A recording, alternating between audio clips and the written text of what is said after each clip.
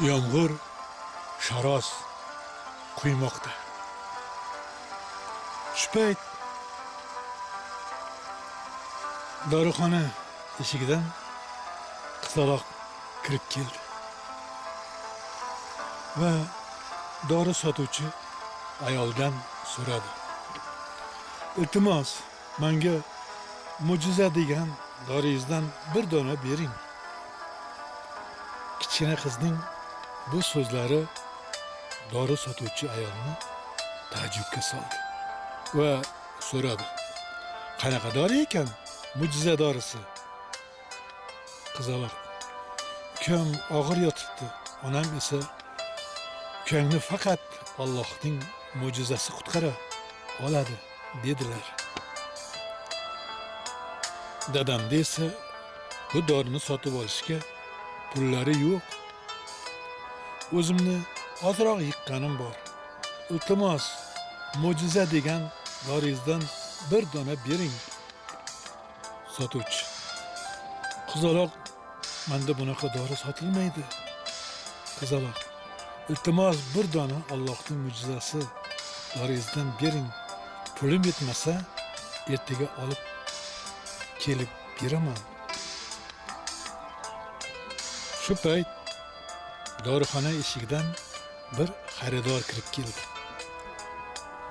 U qizning so'nggi so'zlarini eshitib ulgurgandi va so'radi. Qizaloq, qanaqa dori ekan senga? Qizaloq: bilmadim, ukam operatsiyada yotibdi.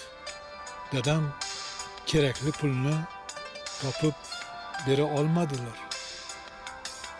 Ularni aytishicha Allohning mo'jizasi yordam bera olar ekan, dedi ko'zda to'liq yoshi bilan qizaloq.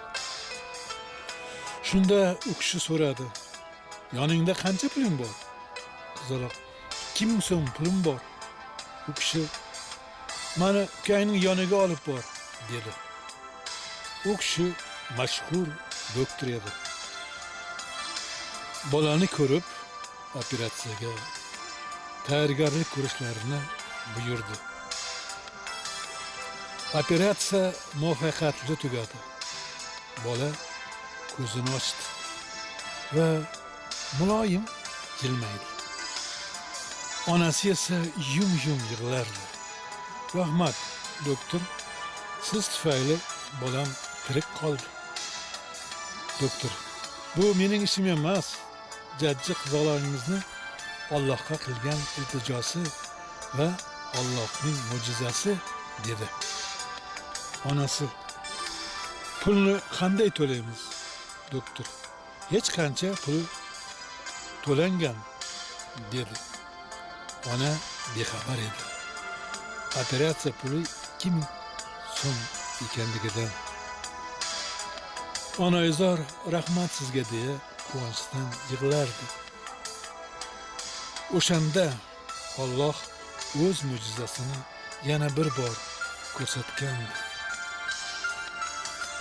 Azizlarim, tinglovchim, obunachilarim, yana obuna bo'luvchilarim, sizlarga Chimkent tog'idan alangali salom. Hammangizga omad, baraka, omonlik tilab, shamollarga qolgan hislarim